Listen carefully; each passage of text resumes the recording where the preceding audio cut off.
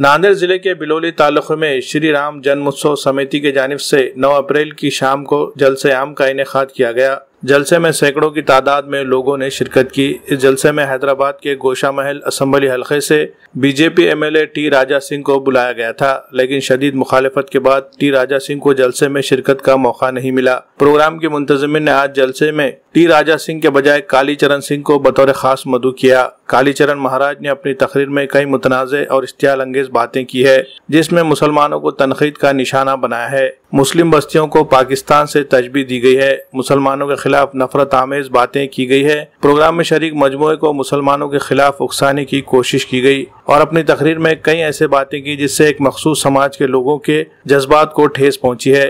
अब ऐसे में ये देखना दिलचस्प होगा कि पुलिस कालीचरण महाराज और प्रोग्राम का इनेकाद करने वाले अफराद के खिलाफ कोई कार्रवाई करती है या नहीं। जिस तरह चंद दिन पहले बिलोली के मकामी समाजी कारकुन शेख सुलेमान को मुतनाज़ा बयान देने के इल्जाम में गिरफ्तार किया गया, अदालत में पेश करके 14 दिन की अदालती तहवील में भेजा गया, इसी तरह की कार्रवाई आज के जलसे में नफरत फैलाने वाले अफराद के खिलाफ भी की जाती है या नहीं। वाज़ेह है कि सुप्रीम कोर्ट ने वाज़ेह तौर पर यह अहकाम दिए हैं कि अगर कोई शख्स इश्तियाल अंगेज या भड़काऊ भाषण देता है तो इसके खिलाफ पुलिस को सो मोटो एक्शन लेने की इख्तियारात है। पुलिस इस मामले में सो मोटो एक्शन लेते हुए कार्रवाई कर सकती है। इस मामले में किसी शख्स की शिकायत का इंतजार करने की जरूरत नहीं। पुलिस खुद अपनी तरफ से भड़काऊ भाषण देने वाले अफराद के खिलाफ कार्रवाई कर सकती है।